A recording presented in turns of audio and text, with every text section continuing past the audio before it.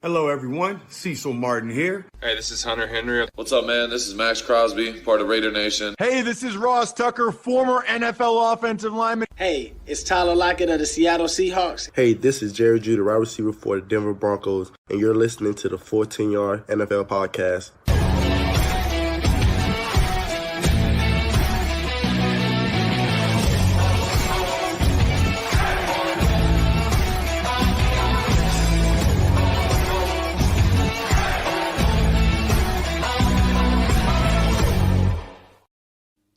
It is week 9. Wow. What a slate we have this week too. And joining me to break down all of the games we will see on Sunday in the week 9 slate is Charlie Grace. Charlie, welcome to the podcast, mate. Obviously you've been on many times before. It's been a bit of a while since we've had you on, but yeah, mate. I mean, I'm sure you're buzzing off your Denver Broncos won on Sunday. Yeah, victory Monday for like 2 weeks, and then some because we don't play till Monday Night Football in week 10. So got like one of the longest weeks possible, including the bye week. So I'll savour it. I'll savour it for longer than that as well, because it's been like 8 years since I was able to savour it before. So yeah. We'll get into the Chiefs in a minute, just because they're playing in Germany. They're right at the start of the podcast this week. But before we get into the amazing Germany game, we'll start with previewing Thursday Night Football. We've got a little treat for us today in the UK, a primetime game starting an hour earlier because the clocks go back this weekend instead of in the US instead of last weekend like it was in the UK. It does sound like Kenny Pickett is going to grit through his rib injury, which is good for this game. He suffered in Jacksonville on Sunday. But yeah, that's great news. And it's a tasty little matchup here now, because the Steelers really need to win this one if they want to keep the Bengals behind them in the AFC North, and if they really want a postseason berth, because obviously the Bengals, the Ravens, are in that division. They're gonna have to have 10, 11 wins to be a wildcard team in this AFC. I think they're capable of it, but the offense needs to be better. So having Pickett in there is brilliant for that, because he offers way more than Mitchell Trubisky. As for Tennessee, they're in a weird spot because they still have Derrick Henry after the trade deadline. They still have DeAndre Hopkins after the trade deadline, although he is questionable with a toe injury, so we'll see if he plays or not. I'm leaning. I think what I'm hearing, he is going to play. And after winning last week, especially with the way Will Levis played, they may feel like they've got a chance of sneaking into the playoffs. They're going to have to win most of their games, but they 3 and 4, they certainly got a shot. And if they do win, they'll go to 500. For me, this game comes down to the coaching as well. You've got two of the best head coaches in football. They both coached their team to the postseason when they probably shouldn't have been in the postseason on talent-wise. Both teams have exceeded their win total because of their coach. But I'm going to pick the Steelers in this one, just because even without Minkah Fitzpatrick, I just fancy their defense against a rookie quarterback. They looked great last week, Tennessee did, but I don't know. You got a little bit of film on Will Levis now, and the Steelers have got pretty good secondary to deal with the likes of Hopkins and Turner Burks, even without Minkah Fitzpatrick. So I'm going to go for Pittsburgh to win this one. They are 2.5-point favourites as well, so I think it will be around that margin. It'll be close. How are you seeing this one, Charlie? Yeah, I think it's going to be a better test of Will Levis's ability to play in the league this long term than what we saw on Sunday. Like you said, there's no film on Levis before going into that other than college, and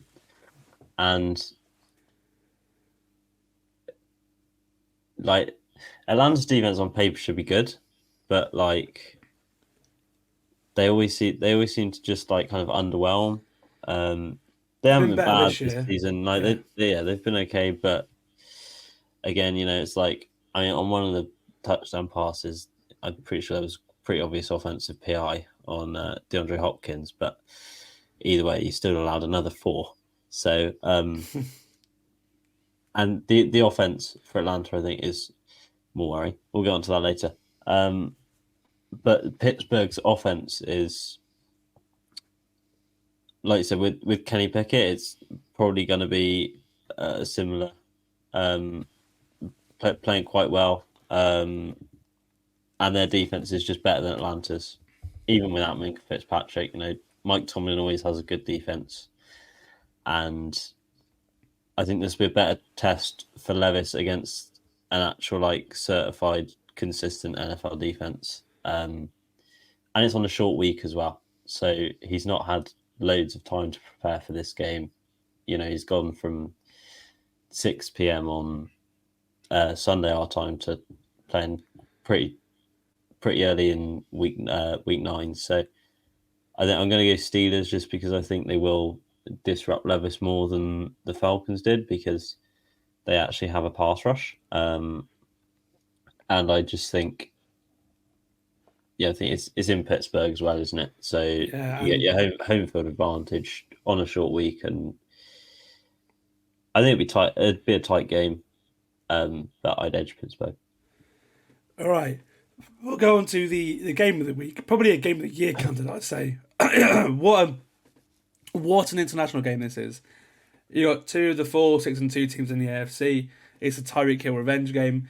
You've got 2 outstanding play callers on the offensive side of the football in Mike McDaniel as well as Steve Spagnuolo and Vic Fangio. Between this game and the outstanding London one between the Jags and the Bills, the teams combined for 23 wins and just 9 losses. So it just shows that overseas we've been treated this year. I'm looking forward to this one, Charlie. I'm assuming you are as well, because what a statement of intent straight away for the league this is as well. Having this game, overseas in Europe, it's in a slate where you've got some other great games too. So there are going to be 14 or 12 hours, however long it is, straight of entertaining football from the minute this game in Germany starts to Sunday Night Football. And what a game to kick off Sunday, isn't it? Yeah, it's going to be huge. When the schedule came out and you saw this game, it was all the headlines were already made, kind of 3 months in advance. 2 of the best offenses in the league, probably 2 of the top 5 offenses in the league, arguably 2 of the top 3 offenses in the league, probably. Both 5-2 or 6-2, but both looking pretty good spot to finish top of their division, and it's this could have huge implications further down the line for AFC number 1 seed, and it's just brilliant that they're taking this kind of spectacle overseas, because I think in the past they've been quite precious about protecting their products at home, obviously, and this would quite comfortably be a late window Nance Romo call if it wasn't in Germany. So I think it's quite a brave move from the NFL to take a game like this overseas, but I think we saw how Germany received the NFL last year in Munich. That atmosphere seemed like it was bouncing, and just can't wait to see how this game goes, because it could easily be like a Goff Mahomes first week of the season type thing of no defense, just 54-51. It could be. It could be unreal. Oh, for sure. I think it's a good a good test to see where both teams are at as well. Because obviously the Chiefs are coming off that disappointing loss to Denver, the 1st and 17 against the Broncos. This is the first game. It was also the first game without Mahomes passing touchdown or any touchdown since 2017. 3 loss to Tennessee in 2021, which cost them the 1 seed that year as well. But this is the Kansas City Chiefs we're talking about, a team with 6 wins. The team that have made 5 straight AFC Championship games, and a team that has won 2 of the last 4 Super Bowls. It's hard to see their defense be the standout unit of the team, especially in this early in the season. But the Chiefs only played a few games on offense up to their high standards, but luckily this defense is exceptional. And I'm literally enamoured by it every single week. It's a huge test for them this week, though, obviously because they're playing the best offense in the league. It leads the league in every single number, category possible. It's led by the current favourite for MVP in Tua Tagovailoa. He became the odds favourite last week after Patrick Mahomes' disappointing game with Denver, and a very familiar face to them in Tyreek Hill, who is on pace to be the fastest ever player to eclipse 2,000 receiving yards. And the first ever player, of course. And he has really established himself as the best receiver in the NFL since moving over from Kansas City for a first rounder last offseason, I think. The Dolphins are getting healthy at the right time too. Jalen Ramsey coming back last week, and he started with a bang too, getting an interception of Mac Jones. And they're expected to get not only Xavier Howard but also Javon Holland back in that secondary too, back from a groin injury and a concussion in Holland's case, as well as Connor Williams at guard and potentially Teron Armstead, whose window to return from IR has been activated this week. He is practicing this week. He was limited in practice yesterday, and he has travelled to Germany with the team. So if they can get Teron Armstead back, that would be excellent for sure. There's 4 huge names there, Charlie. 4 of the Dolphins' best players, and 3 of them who didn't play in that loss to Philadelphia 2 weeks ago. So it'd be awesome to see if they can get them back, especially the linemen, because it sounds like Robert Hunt could be missing with a hamstring injury in this one as well. So yeah, for the Dolphins, they're getting all their best players back. It's the first time that every normal starter would be on defense, and obviously that makes this game extra tasty because you've got some of the best players in the NFL playing in this game, haven't you? Yeah, and you said this would be a big test for both teams. I think, like, to see where they're at. I think there's more on Miami to win this game, because if Miami don't win this game, you get all the storylines that come out of. Because you are now getting healthy. You haven't beaten a team with a winning record in, over 400 days? Isn't it something ridiculous? Like, going back, like, a year. We go back to... Yeah, it's been quite a long stretch for Dolphins for the Dolphins not to beat a team with a record. A quote-unquote, good team. Kind of thing. They've played a good week 1. They played a good team in the Chargers. You could argue they won a shootout there. Yeah, right, and the Chargers put up like 400, 500 yards of offense and lost in that game. But yeah, it's a valid point for sure. I think for Kansas City, we know what they are. They're the same team that they have been for the last 4 years. Give or take Tyreek Hill. And they still seem to find a way of, Rashee Rice, Sky Moore, Justin Ross, Marcus Valdes-Scantling, just run after catch, yard after catch merchants, basically. That's their offense now. And I think Denver really laid down a bit of a blueprint as to kind of how to stop them, as long as you get pressure up front. Shadow Kelsey, and then you've just got to have some dogs back there in the secondary, to kind of break down on the catch point and stop them early. And luckily for Miami with the Fangio system, you don't want to play a team with a good rushing offense. The Chiefs can't really run the ball effectively at all. They haven't managed to in the last few weeks. So yeah, I think it's a really tight game to call. I think it's flip of a coin. You could make a valid argument for either team. I'd be interested to see how Mahomes holds up with his flu-like symptoms that, clearly affected him on Sunday. It's not necessarily an excuse for how he played, because they were dreadful. But, having that and then having to do a flight over, I'm assuming they're landing in Germany today. Something like that. Miami went on Monday, so Miami have been there all week, right, which gives them an advantage. You'd probably say, having been acclimated the entire time. But I think Kansas City are flying over. Yeah, this today probably. Yeah. So that's again, you're essentially on a short week, a de facto short week, because you kind of you've got to take an entire day out for flights and then recovery after the flight, because it's got to be over like a 12-hour flight, especially from Kansas City. So I think that there's lots of factors that go into this, but it's going to be a mouth-watering game either way. And but both of these teams have got playmakers that are gonna, they could miss a week of practice, turn up, and look like they've practiced every day. So it's going to be lights out, and can't wait.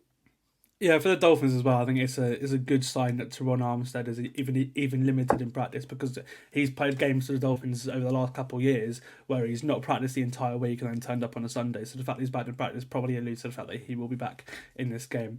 and obviously you're going up against a Chiefs pass rush, which although it's not the most talented in the world, it's getting sacks. So that obviously protecting Tua is number one, and the fact that you're going to get some two of your three best offensive linemen back in this game is huge. I think if Raheem Mostert plays, I think Miami will win this. The Chiefs, if the Chiefs have a weakness, it's their run defense. We saw last week Denver ran all over him. He played through an ankle injury last week, with reduced snaps. He's questionable on the injury report right now, so we'll see what happens. He's a difference maker for Miami. So I don't think Savon Ahmed, Chris Brooks, or Jeff Wilson really could take to a defense like Raheem Mostert can.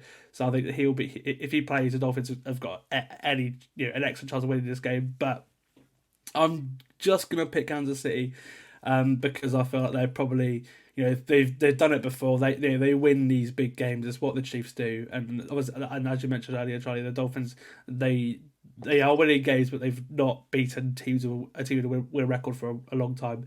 They did it last year. They beat Baltimore, they beat Buffalo, but this year they've not done that yet. I feel like they can do it, but we've not seen it with this team. And but I'm predicting a really good day for the Vic Fangio defense because it's come on recently, and now you've got everyone back. I'm looking forward to seeing what they're going to do against the Chiefs. I think there's a lot of talk that they might put Jalen Ramsey on Travis Kelce to eliminate him. We'll see how that works. He's done it before, of course. Yeah, that I think that's what I'd say for this one. Been picking the Chiefs, but I'm just looking forward to watching this game, and I honestly think it could go either way. Yeah, I think I'd probably just be more inclined to go with the Chiefs because I think Andy Reid's not going to want to lose back-to-back games for us. It's very rare he does that. Very rare.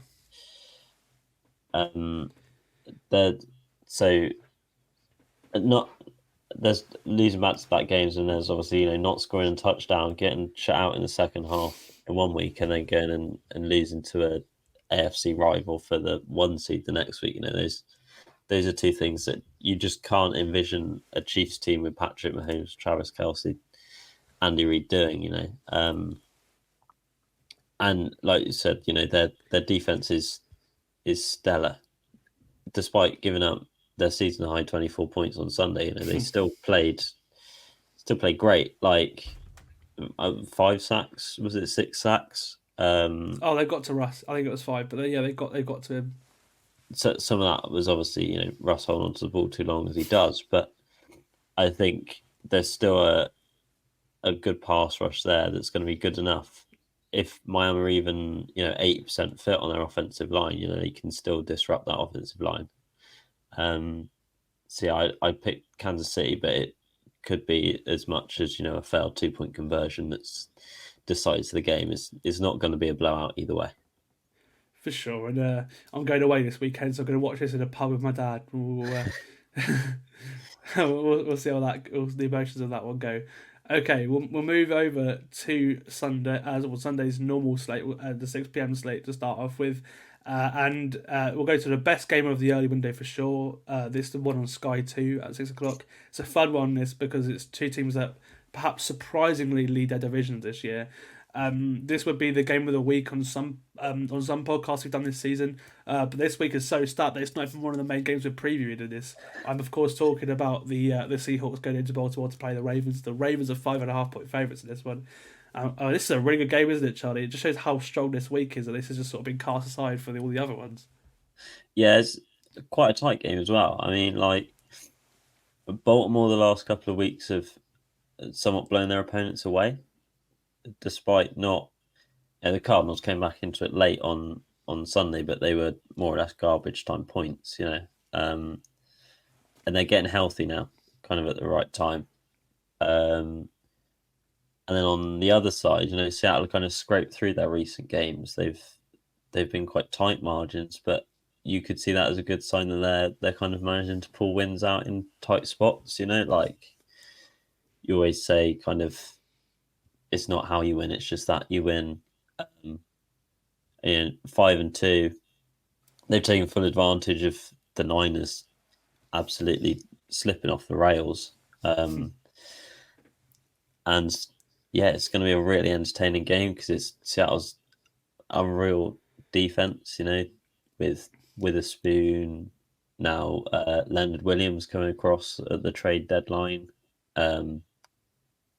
but Witherspoon, Reek Willen, Bobby Wagner, Quandre Diggs, there's some real impressive talent there, but we saw how Lamar and the Ravens took apart an elite defense in the Lions 2 weeks ago. So, and that was in Baltimore as well. So, I think there's so much to unpack here, but it's going to be a really fun game.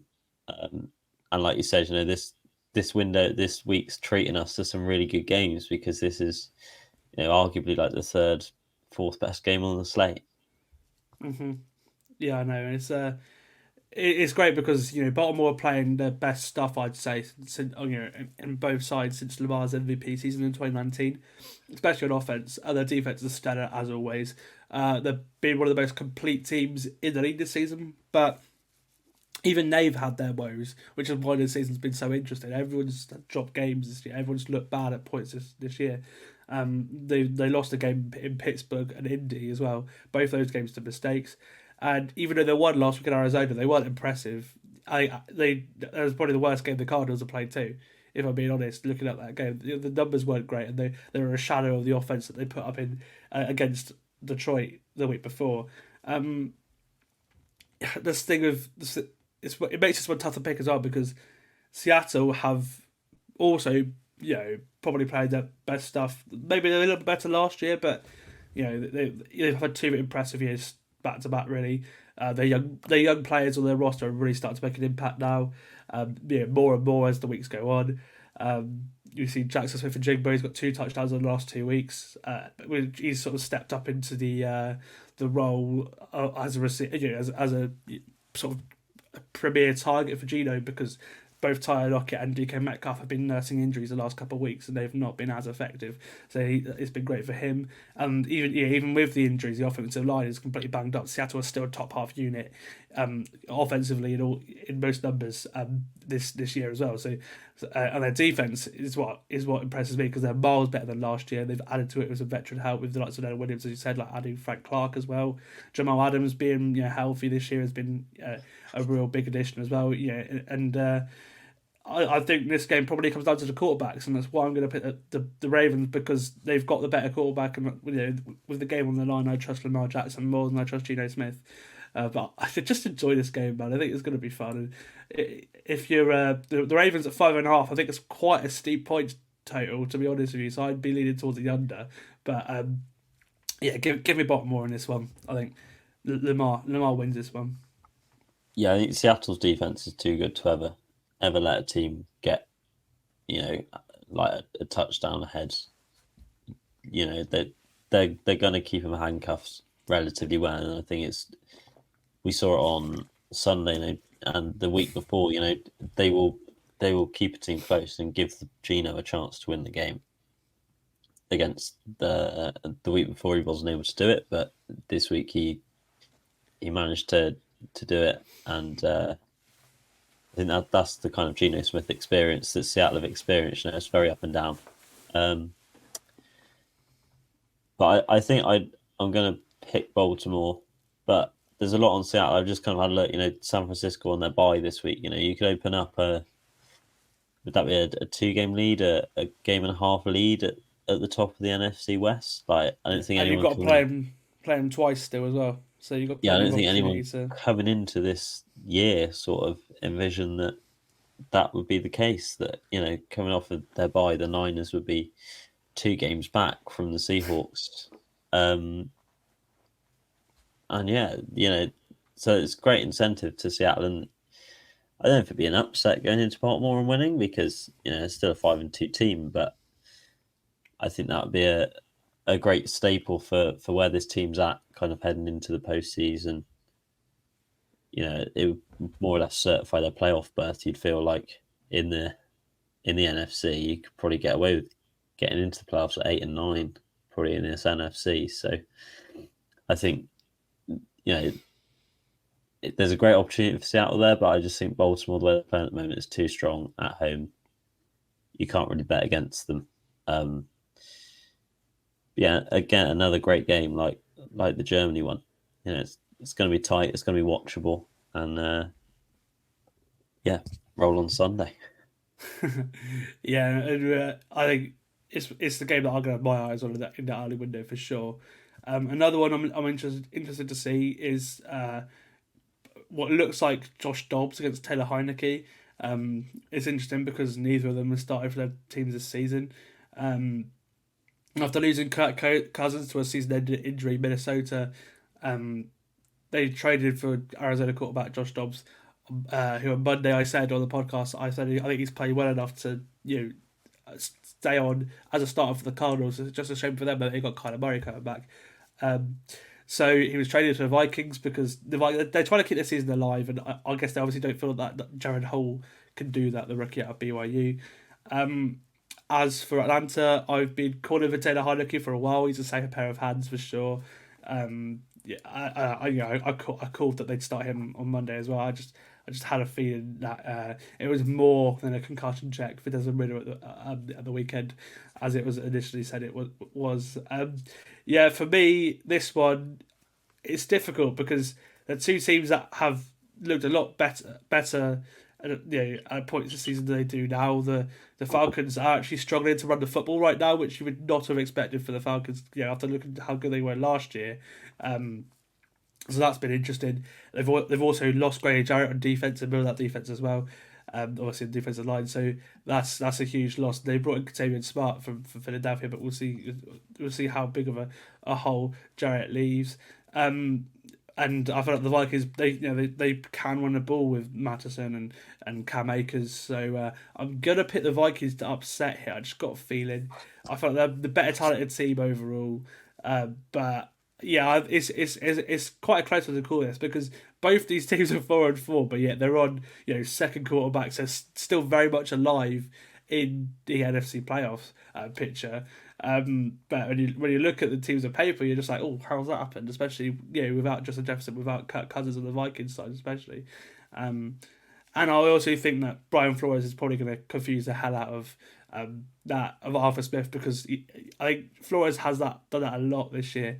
The Vikings defense, though it's surrendered a lot of yards, it's probably overperforming its talent because other than Daniil Hunter and Harrison Smith, there's nobody on that defense that's any good. If you're being honest, they've played pretty well. So I'm gonna go Minnesota for the upset here, but again it could go either way. I think.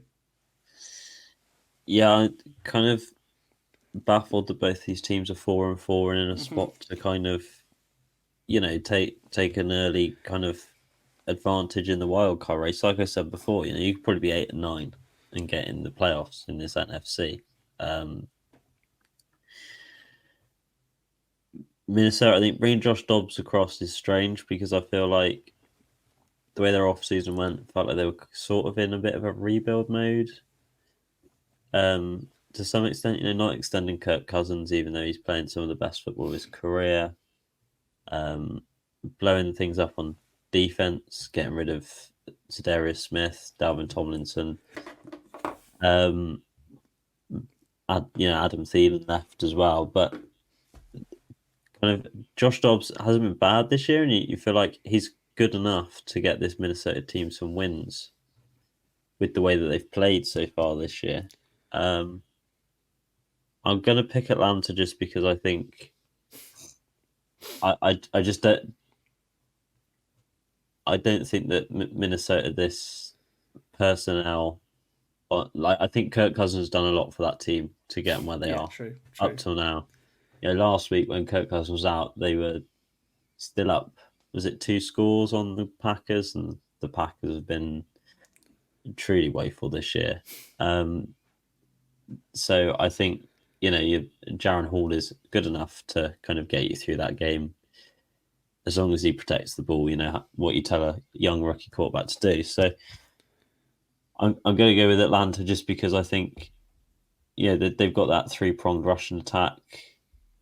The weapons are still good. I know we say it every week, and they never seem to do anything with them. But Heineke, we've seen what he can do at the Commanders. He's gonna give your team a chance to win every time. And I'm just hoping that the defense can back it up like they didn't manage to do last week. And hopefully they can kind of pulled their finger out this week against Josh Dobbs, who won't have, done a whole lot of practice this week, if any. He came across, yesterday, 2 days ago? So it's quite a quick turnaround for him. So I'd go Atlanta for this one. He might not even start, to be honest with you. It might be Jaron Hall this week, but there's been nothing to confirm anything yet, as we just distribute it. It will be Dobbs, but we don't know. But I think with that one as well, it's so difficult to pick that game because you don't know what team's going to turn up at all with that one. Okay, we'll go over to a game which I think, hopefully for the neutrals fans' perspective, is Kyler Murray against Deshaun Watson, not Clayton Tune versus PJ Walker, as the Browns welcome the 1-7 Cardinals to Cleveland. I think Kyler is still in the process of acclimating to this scheme. Obviously, he's missed the entirety of training camp. He'll know the playbook, but he's not been in it. So the Cardinals have been a bit precautious, but he has been practicing fully the last couple of weeks. And if I was to guess, I'd say he plays in this game. As for the Browns, I feel like we talk about Deshaun's bizarre injury every week, but that really is one of the only things holding back this team. If you eliminate the QB position, this team has been one of the top 5 teams in football this year, I think. They just needs, and that's without Nick Chubb too, and they just need some good QB play. But that's a different story. Deshaun is limited, so we'll see how that goes. But look, I'm picking Cleveland. I'm picking Cleveland. Sorry, my celery just went off. I'm picking Cleveland to win this game. The defense is just so good, and we don't know who's going to play at quarterback for the Cardinals, and I expect they're probably going to control the game with 36 minutes or so of the football as they did in Seattle last week. And I reckon that, unlike in that game, I think they'll come away with this win. But I do expect the Cardinals to keep this a close one and probably hit the under, because the points total now is 8.5 points, and that's quite a big spread. But give me Cleveland. Yeah, I think I'm going to go Cleveland as well. I think Cleveland have to win this game to keep up with the rest of the AFC, like with Pittsburgh. There's other 4-3 teams, the Jets as well. So I think you can't lose this game to the Cardinals if you have playoff aspirations, especially in Cleveland as well. I think Kyler Murray is still on the PEP list at current. I don't think they've activated him yet, so I'm not sure if he'd be in line to start this week. So I think it will be Clayton Tune, but I think either way, I think even if it is Kyler Murray, I think this Browns defense is just so good. It's at every level. There's a game changer. Whether it's Myles Garrett, whether it's they've got some good linebackers in Taki and Owusu Koromo as well, but both really good players in their secondary. Denzel Ward. Enough said, kind of thing. I'd argue that Denzel Ward and Greg Newsome is probably one of the best corner duos in the entire league. So it's probably a top 5 duo. You'd suggest, wouldn't you? And you've got Marvin Emerson there as well. He was an impressive rookie last year. That's 3 good, really good corners at there. So they're Grant Delpit at safety as well, isn't there? So that's a great secondary room. And if it is Clayton Tune, then they'll probably massacre him. The rookie first career start is that could be quite brutal. We've seen the Browns did it to Brock Purdy. Brock Purdy in that game looked like a deer in headlights. So God forbid if you're Clayton Tune making your first career start, or even Kyler Murray first game for about a year after his tumultuous rehab. You barely know, or this is your first game in the system. It could be a bit of a brutal Sunday for the Cardinals, but I don't think they'd mind too much. They'd slip to 1-8, and they're probably in the driving seat in the Tankathon rankings. But yeah, I'm going to pick the Browns. I think the Panthers are probably just in front, and the Bears are probably just in front of them. Being honest, obviously the Panthers can't tank because the Bears have got their pick, but I reckon the Bears will get 2 picks before the Cardinals will, if I'm being honest. Currently, the Cardinals are number 1, aren't they? Because the Bears the Bears have 2 wins, don't they? Yeah, but the Panthers have got 1 win, and they got the Bears pick. The Bears have got the Panthers pick, haven't they? So. Yeah, I think I saw in the week there's the Arizona were number one, and then the Bears were the next two. But I might be wrong. Look, either way, it's probably because what's it? Strength of schedule type thing. No, Carolina have had a bye. Oh yeah. Arizona haven't. So Arizona have lost one more game than Carolina have. Anyway, we'll go over to a reunion when Sean McVay he goes into Lambeau Field to face off against his former right-hand man, Matt LaFleur, who is facing a lot of criticism for the first time in his coaching career. Green Bay's offense has been less than desirable this year, and Jordan Love's decision is not looking great right now. There's a report yesterday that he said that the people in that front office that don't feel like he is a franchise quarterback. So that decision's looking pretty bad right now. But what is it? What is the problem? Is it poor play calling? Is it a lack of skill talent? Is it a poor offensive line? It feels like a mix of all three, if I'm being honest. And they cannot run the football to save their life, which is a really bad thing because that's what this West Coast offense is built upon. The Rams have been the opposite. They've exceeded expectations this year. They've been a lot better than we thought they would be, but they could be without Matthew Stafford in this one. He's day-to-day with his injury to his thumb. So he's not been ruled out yet. But if Stafford plays, the Rams win this one. I like the Green Bay defense, but the Rams offense is just so good, and it can put up points like that. So that's even without the top running back as well. But I'm gonna go Green Bay just to be safe because I don't think Matthew Stafford plays in this game. But yeah, I think this one, it's an interesting one. It's weird seeing a Sean McVay and Matt LaFleur team 1-3-5, 1-2-5. Just feels really odd, but it's just the way the league's gone, and obviously both teams are in a rebuild, and Green Bay isn't probably going as well as they hoped, right? Yeah, I think who would the Rams quarterback be if Stafford doesn't play? Who is their backup? Is Brett it Nick Rippon, Mullen? mate. No, Brett Rippon, mate. Let it rip. We all know that. Brett Rippon.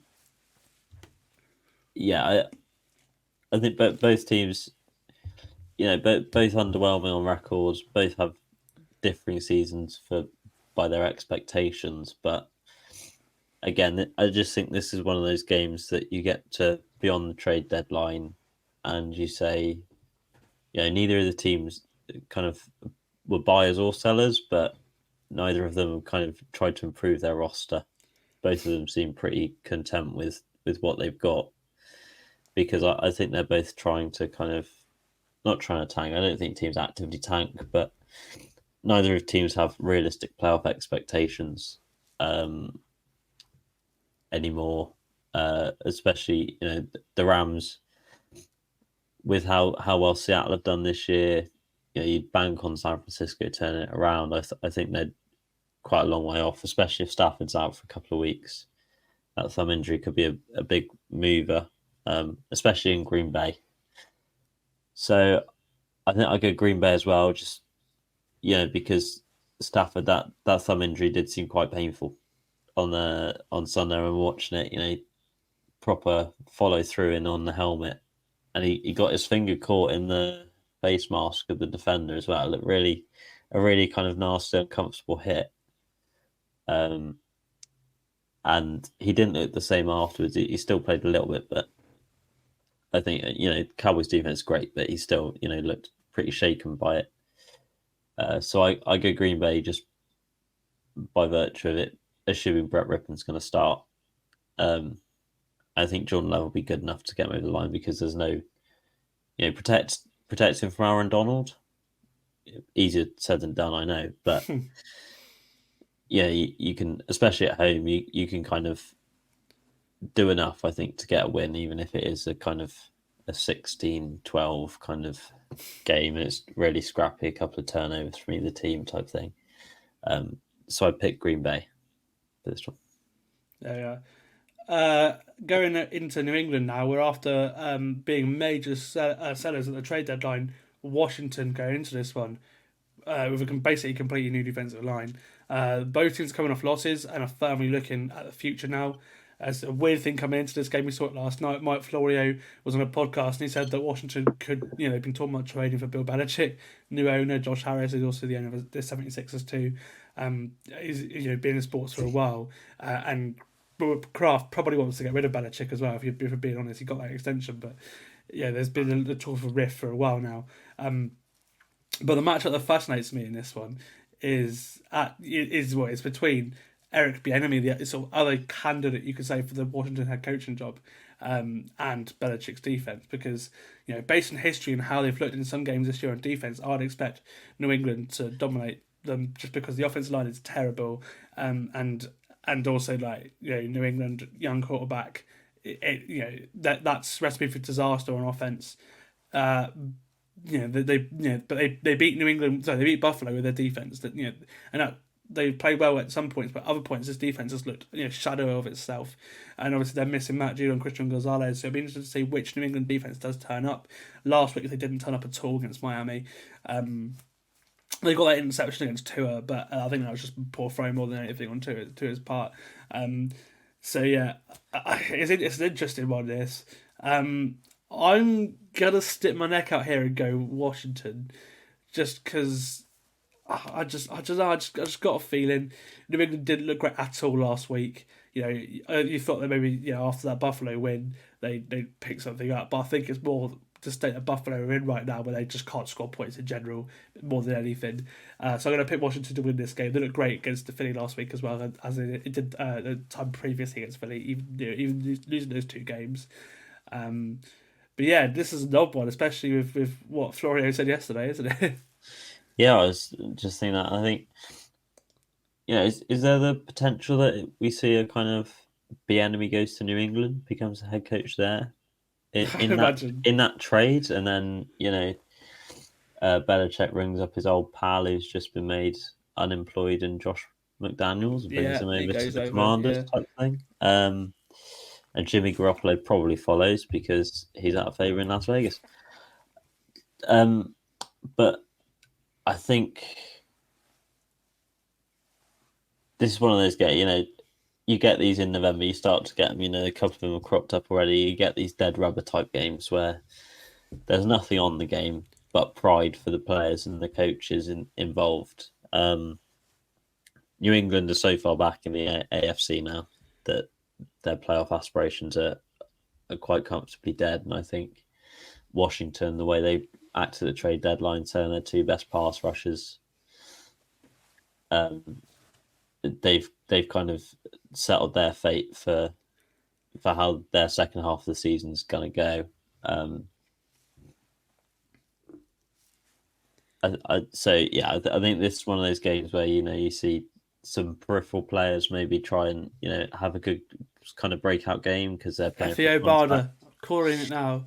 Yeah, I think Cam Hogwood tweeted out. He's probably going to get a start now in this Washington defense. So look out for Theo Barder.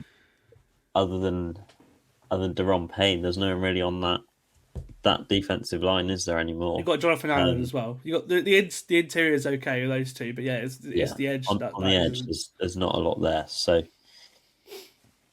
I could see some more peripheral players kind of playing for contracts out there, which is always a fun thing to see. But I think I'm going to pick Washington just because I've been considerably low on the Patriots all year for the last kind of year and a half. But they just do nothing that excites me. I don't kind of see what offense they are, because Ramondre Stevenson hasn't even got going this year on the ground.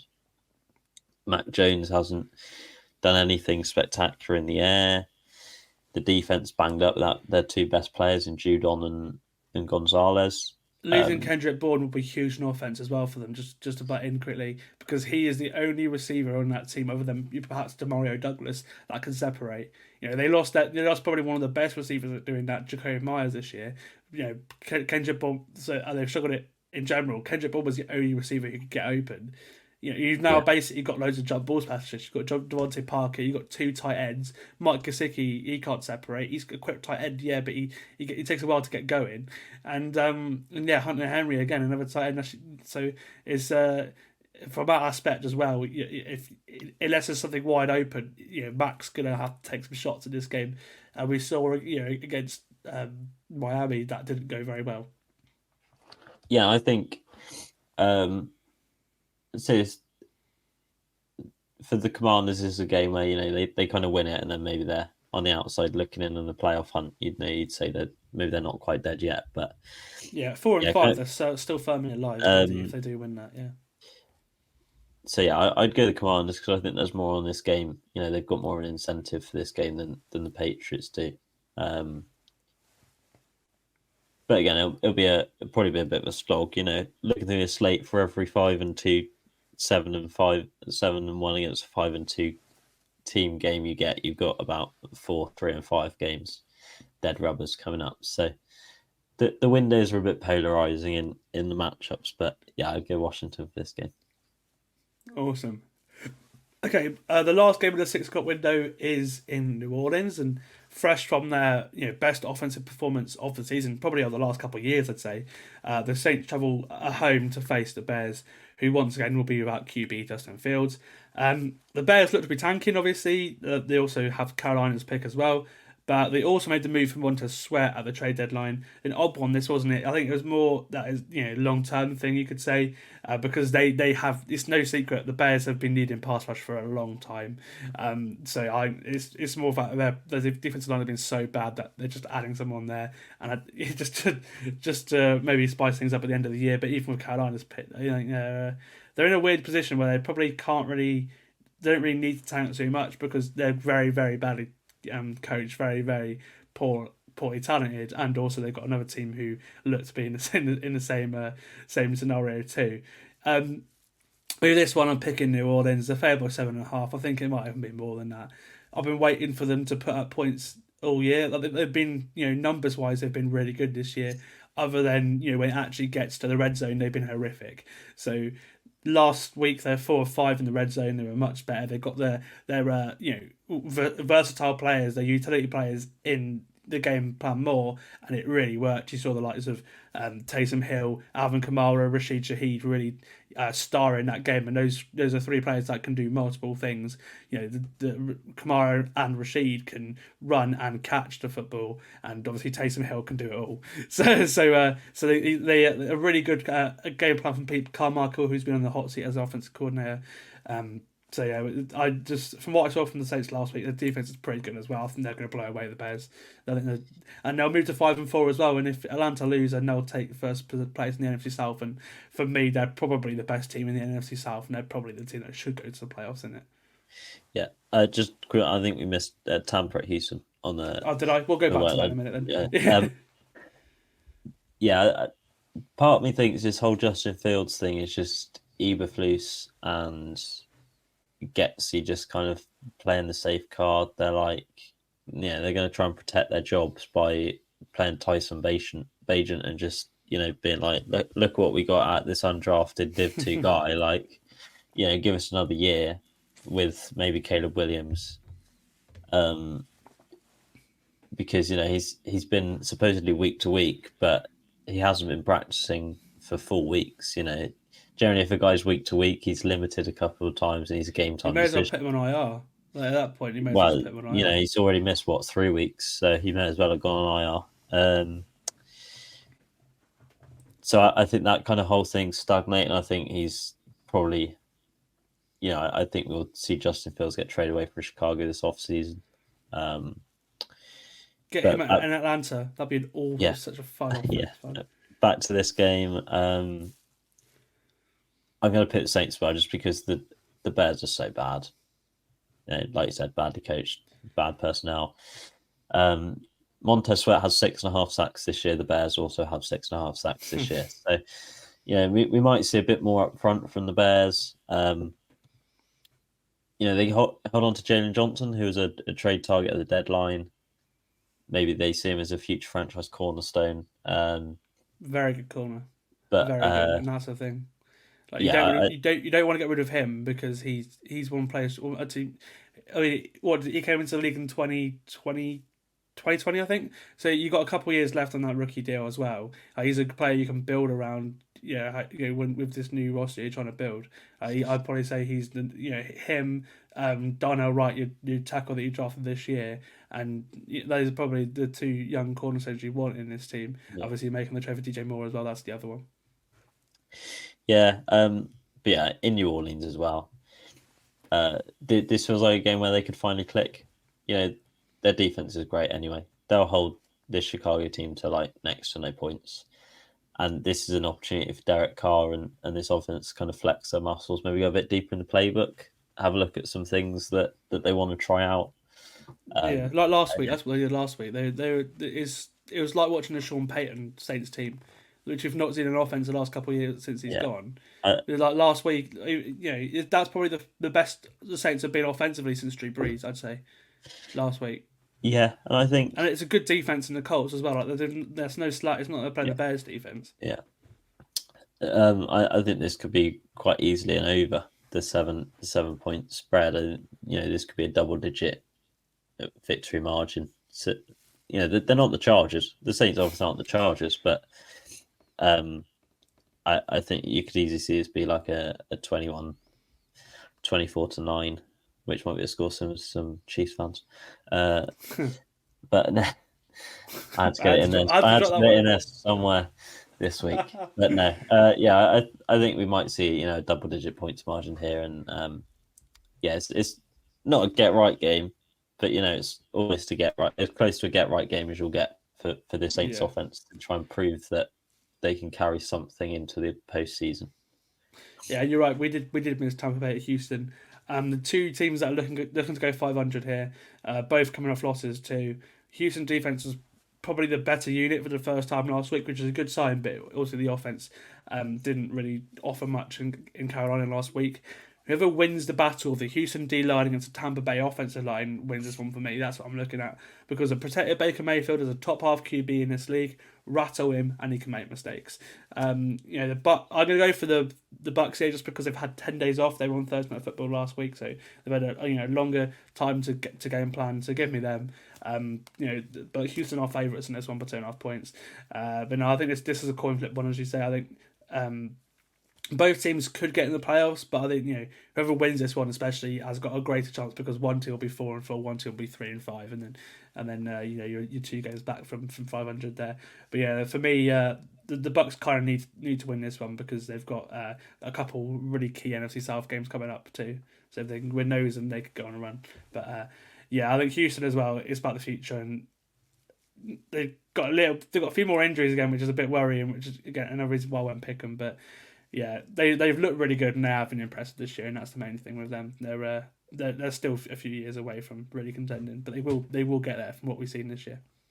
Yeah, it alarms me a little bit that they lost to the Panthers on Sunday. They've kind of in this bit of an unknown package kind of thing. They kind of snuck to 500 before last week. CJ Stroud playing as a kind of almost top 10 in the league level. And then you kind of go and you lose to the 0-6 Panthers off a bye, and it's like, is there something there, or is this kind of a bit of a I don't know, a bit of a smoke screen? In the Texans' defense, though, the Panthers were also off a bye, so it's kind of neutralising. Yeah. I think CJ Stroud is going to be a great QB. D'Amico Ryan is going to be a great head coach. And like you said, they're at the start of this rebuild.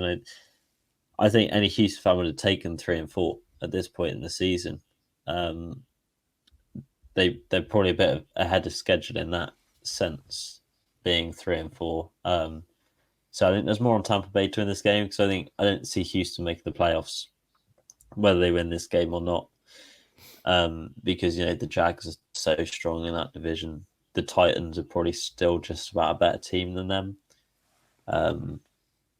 So yeah, I think this. I'll go Tampa Bay, just because I think they've got more riding on this game.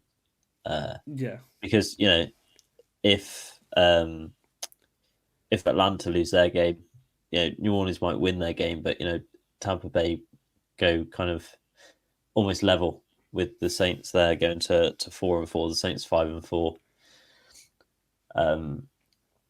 So there's a kind of Baker Mayfield could easily get his team to the playoffs, and I think if they win, for sure, if they win on Sunday, that could be huge for their playoff hopes. Yeah, I'm way higher on those two teams tonight and the Falcons right now for sure. We'll move over to 9 o'clock slate now. There's only a few games in this window, but it's because they want all the attention to be on Dallas at Philadelphia. It's the premier game of the late window for every reason possible. It's a tasty all NFC East clash. The Cowboys looking to drag the Eagles back with them at 2 losses. So much history between these two teams. One of the greatest rivalries in the NFL for sure, and in NFL history too. Philadelphia and their loaded roster seem to have found their feet in the last 2 weeks. With Jalen Hurts has elevated himself now into MVP chatter, despite having a poor first few games of the season. Dallas themselves have faced offensive criticism, but have put that to bed in the past couple of weeks, with Dak playing some of the best football he's ever played. To pair the defense that scores a touchdown every 0.6 games. That's mental. The Dallas defense has got more touchdowns than a lot of offensive players, and I believe some offensive quarterbacks as well. There's some quarterbacks with about 4 touchdowns in these 7-8 games. I think that's very impressive, that defense. It's very rare that 2 teams are this talented in the same division. You can only get 1 home playoff game. This game is just simply huge for that reason, isn't it, Charlie? Yeah, it's such a big game, especially given how both teams played last week. The Eagles weren't convincing early on against the Commanders, but they really blew them away kind of late on in that game. Flex their muscles a little bit. Dallas with a huge game, 40 burger on the Rams. On the road in Philly, I'd have to go Philly just because the home field advantage. This is such a big game. If you lose this, then maybe the doubts start to creep in a little bit. Those early season kind of mishaps kind of come back to haunt you, and you kind of maybe question how legit this team is. But I think if they win this, they more or less secure home field advantage, almost secure the 1 seed in the NFC as well. Moving to 8-1. So it's a huge game. It's going to be a really watchable game. Dak Prescott against a good defense, going to be really interesting to see. There's a real possibility. You're talking about the Cowboys putting up 0.6, the defense putting up 0.6 touchdowns a game. They could well be a better scoring opportunity for the Cowboys in the offense this week, because that Eagles defense is just so good. And Dak Prescott has shown his regular inconsistencies again this year. So I think it's going to be a really tight game. It's hard to call again, but I'm going to go Philly for the home field advantage. Yeah, I think if Dallas was to win this one, I think they have to limit Philly offensively. That's what you need to watch in this one. That's where the game is won and lost. It's can the Dallas defense win them this game?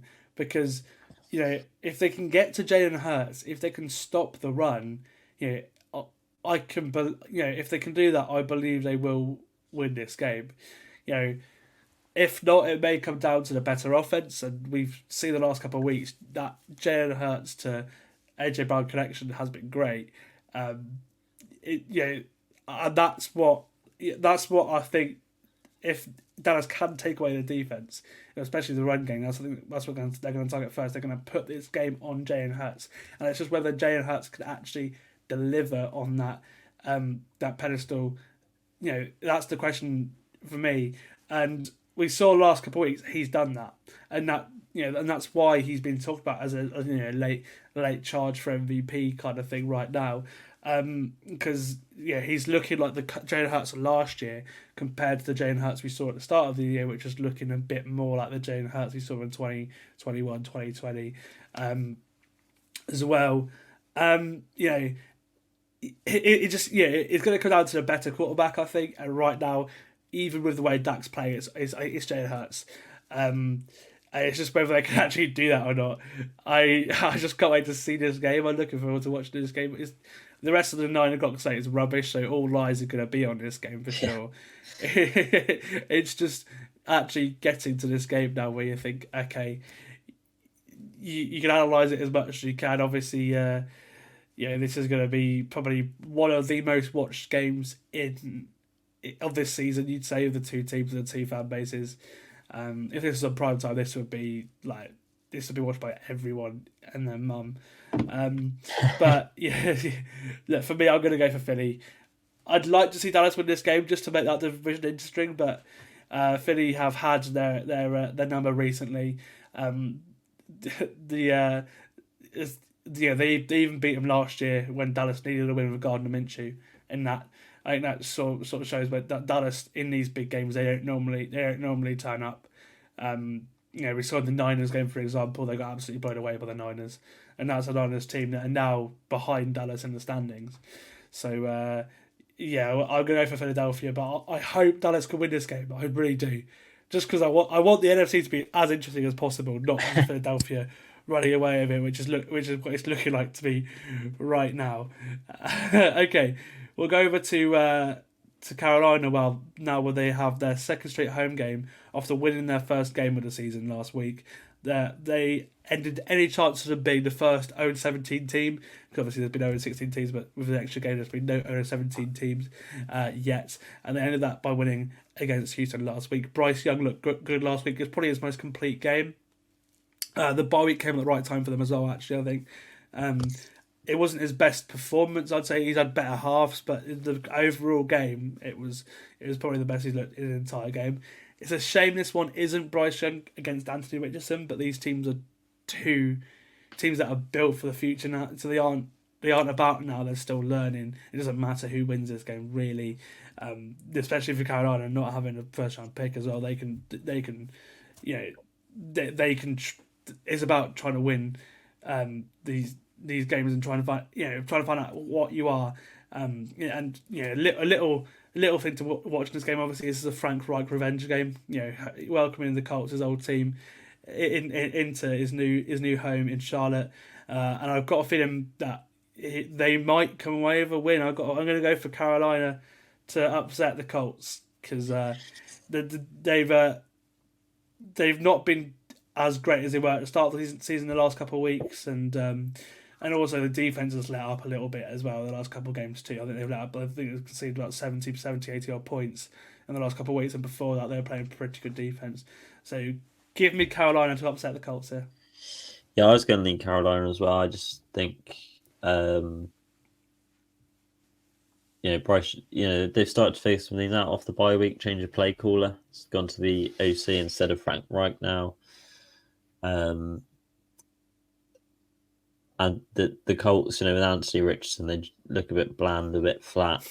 It's very much all on the back of Jonathan Taylor and Zach Moss to kind of get the offense moving. If you can, this Carolina defense, if they can stop the run, then they give themselves every chance of winning this game and sticking with the Colts because, Gardner Minshew is not going to beat you through the air. I don't know. He is very hit or miss, and sometimes he can be. Yeah. But I think Carolina, it would be huge to get back-to-back home wins as well. After starting 0-6, all the disappointment, it'd be huge for Bryce Young as well to get 2 wins in front of his home crowd. So I think I'm going to go Carolina just because I think Indianapolis at the moment just seem a bit flat, and they're a bit similar to the Texans. Like they're not going to make the playoffs just because the Jacksonville Jaguars are so strong. You're going to need 10 wins in this division, and I just don't see an Indianapolis Colts team going 7-2 down the stretch with Gardner Minshew at quarterback. But yeah, I think I'm going to go Carolina, just a bit of a sneaky pick, but I don't think it's too much of an upset. It's just more of a sneaky pick, I suppose. Yeah. Okay, finishing off the late window with a game that will certainly have more eyes on it now after the news yesterday that Josh McDaniels and Dave Ziegler were fired after the loss to the Lions on Monday Night Football. Not only that, but the interim coaching staff have also made the decision to bench Jimmy Garoppolo for Aidan O'Connell. Thoughts on this one, Charlie? Obviously, is a bit of a tank. Jimmy hasn't been great all season, so there is that as well. It could be performance based, but obviously he was the old Ray James guy, and now everyone's gone. It more seems to me that they're just trying to, try to. It's a bit of a tank, but also this was this guy's guy. We never believed him in the first place. which for Devontae Adams' sake, maybe he might get more of the football. But I feel so sorry for Devontae right now. Just such a mess for a franchise, isn't it? And it has been for so long. Broncos fans kind of knew what the Raiders were getting in Josh McDaniels. But he beats Belichick, so it's there's probably a hefty percentage of his win total was coming against Belichick, beating him 3 times at this point. As long as you beat Belichick, that's all you need as a disciple. But no, just taking the mick, of course. But he's such a bad coach. Yeah, he's. They just have outside of Devontae Adams, they don't really have a lot of playmakers or any person on either side of the ball either. Well, you would have thought that Josh Jacobs was it, but this year's Josh Jacobs is nothing like last year's Josh Jacobs quite at all. Considerably, yeah. Feel a bit sorry for Jimmy Garoppolo because I've only watched the Raiders in depth once in week 1 against the Broncos, but he didn't look good that game, but he looked good enough to not be benched for Aiden O'Connell. That was probably his best game, though. As someone who's watched all of that was probably his best game, I'd say. Yeah. And I think, that is a bit of a tank job, but they've got to do something because the Raiders have been one of those teams that have just been in limbo the last few years. They haven't had a high enough draft pick to move up, or haven't had the capital to move up, haven't had a high enough draft pick to get a game changer on their roster. So they need to do something, especially with how bad the Cardinals, the Bears, the Panthers are. You've got to get into that mix, and you've got to at least have a top 10 pick if you want to move up in the draft ahead of any of those teams to get one of these quarterbacks. Drake May or Caleb Williams. So they need to do something pretty urgently, and I think they've probably done it at the right time. Just clean house. Yeah. Get see what you've got on the roster with a couple of peripheral players, like we said with the Commanders, and just get a high enough draft pick that you can actually have a bright future. As for the Giants, I think that this is good. It's probably come at a good time for them because it looks like they're probably going to get a win. They get Daniel Jones back too. Their defense is playing really well. Their defense has won them games. Well, not one of them games, but has played well enough to win them games. But the offense has been dreadful the last couple of weeks. I'm picking them, even if they are missing Darren Waller. I just don't trust the Raiders team whatsoever. But this game, no one's going to be watching this. Let's be real. It's probably going to be a pretty disastrous game, points wise. I don't think you'll see many touchdowns being put up. I think it might be a game for the kickers. That's assuming that either team can get into plus field territory. But I'd go the Giants just because I think that the Raiders' defense is so bad as well. I mean, other than Max Crosby, there's absolutely nothing on that defensive side of the ball. So, I'd go the Giants just because I think they're the better team. Okay. Sunday finishes with the battle of 2 of the AFC's heavyweights from the past few seasons.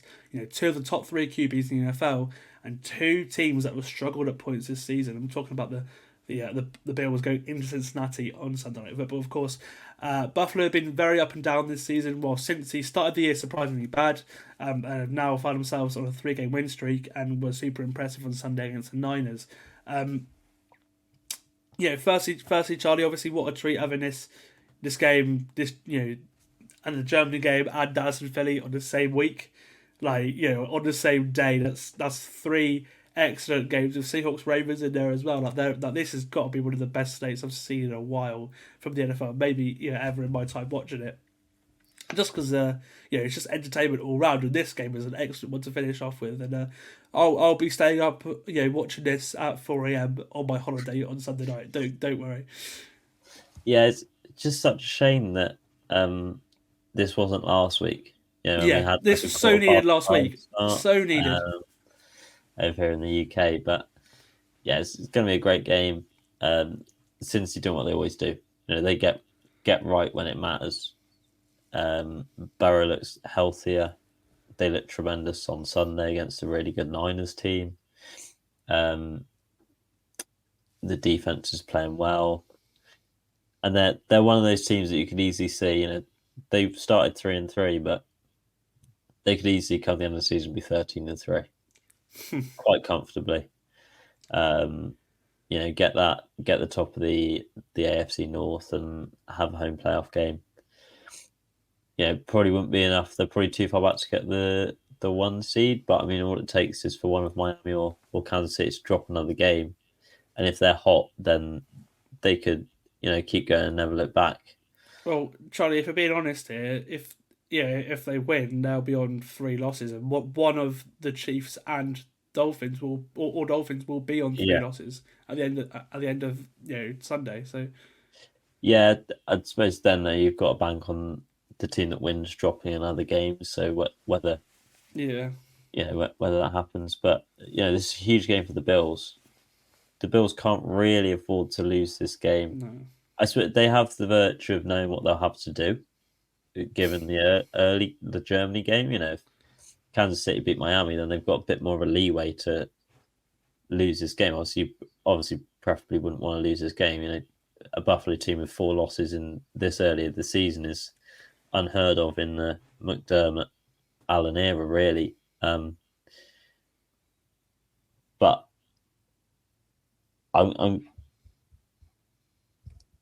Josh Allen's shoulder injury is a bit of an interesting one that kind of flared up yesterday. I think that's something to keep an eye on because it limits what this offense can do.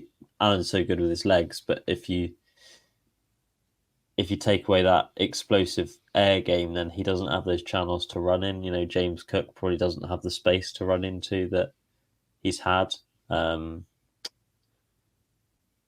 So I think that could be something to keep an eye on. And I think with Burrow getting healthy and the momentum they're on, I think it's hard to not pick Cincinnati in this game. Another kind of little tidbit is this is the game that we didn't get to see last year. Mm-hmm. Yeah, that massive game that it was, hyped up to be, and then it got called off because of the Damar Hamlin, tragic Damar Hamlin incident. So this is a game we missed, but just as it was last year, this is a huge game for playoff implications, albeit a whole month and a half earlier than what the last one was. They did play in the playoffs, of course, but we didn't get it in the regular season. So it's what he's referring to there. As for me, Bengals. Start the Bengals. The Burrow was excellent last week. They showed their strongest signal yet that the Bengals aren't going away. In the last 3 games, their offense averaged 27.3 points per game compared to the average of 12.25 in their first 4 games. So that's 15 more points a game in the last couple of games. And their defense is giving up a load of yards, but it is top 10 in the things that are necessary in sacks, takeaways, and in the red zone. And it's got better on all fronts recently too as well. So the defense is making plays when needed. And obviously changing games with sacks, takeaways, and limiting teams to field goals. As for Buffalo, I really don't know how I feel about the Bills. If I'm being honest, they're a weird team right now. The defense has been great all season, especially at the start of the year. But the offense has been so inconsistent. There are murmurs in the off-season about the unit. There was the whole Stephon Diggs drama that he wanted to get traded. They struggled in week 1. Then they were good the next few weeks. They had a huge performance against Miami. And then they hit London the week afterwards, and they just couldn't find a groove against the Jags, and they haven't since. They've played the Giants, the Patriots, and the Bucks. There's 3 teams with losing records there, they've won two of them, but they didn't look impressive in any of those 3 games. Obviously, losing to the Jags as well, where they got off to a really slow start. They have to be better in this game. They have to be, because they face a threat of being 500 now at 4-4. There's a chance that Miami could be 7-2 going into this game. That's a big spread. Oh, it was 5-4 they'd be, right? Yeah, 5-4, so closer for it. But Miami would have a 1.5 game advantage if they win the game against Kansas City. I'm just going to pick Buffalo for this one because I feel like they have to win this game. The Bengals, they're in a sort of unique situation now with the way the AFC North is. Literally any team can still win now. It looks like it might be Baltimore, but the Bengals, I'd put money on them being the 5 seed right now, even if they don't get in through the AFC North title. I think especially with the way they're playing. I think it's going to be a shootout, but I feel like Buffalo have to win. It's a must-win game for the Bills, and for that reason, I'm picking them just because I feel like they have more riding in this one, because they've not looked great at all the last couple of weeks. And if Miami lose before this game, obviously, this game takes place about 12 hours before the Sunday night football. There'll be extra motivation for Buffalo to go out and win that one and close the gap on the Dolphins for sure.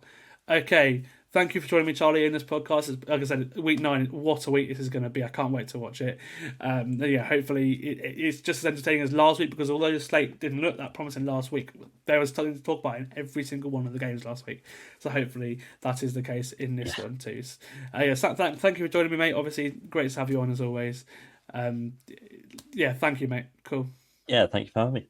Nice. It's been enjoyable. Looking forward to this game. I mean, I'll be in Burnley for the Germany game. I'll be on the coach back from Burnley on the early window, so I'll only get to watch the late games, but I'm sure I'll catch up on it all, and I'll have the news filtering through from our group chat and whatever. So I'll manage to keep tabs somehow, and I'm just looking forward to it. We're getting to that time of the year where you're going to get games on a slate that have playoff implications, and then you're going to have your dead rubbers that have implications more on a personal note for coaches and players. So there's always something to talk about. There's always something on any game in the NFL. So it's going to be another fun week. And then, we're kind of midway through the season. It's kind of, where's it gone? Yeah, I know, it's mad. We're week 9 already. Almost. It's just hard to believe. Almost, it's so weird. But yeah, I've got a feeling that the group chat on Sunday is going to be pretty loud with Dolphins team, especially with me and Liam. We'll get Liam on a pod. He's there as well. Yeah, he's in Frankfurt. So he obviously very expensive to go to Frankfurt because of how desirable this game is. But yeah, I'll be sure to give him some banter if the Dolphins win, and if the Dolphins lose, and I'm sure I'm going to get my fair share of it back too. So we'll see how that goes. We'll get him on the podcast soon as well to talk about that game actually, just experience wise as well, being in a stadium in Germany compared to the London games. But yeah, as I said, Charlie, thank you for coming on, mate. And this has been the Full 10 Yards NFL podcast. We'll see you for our Week 9 recap.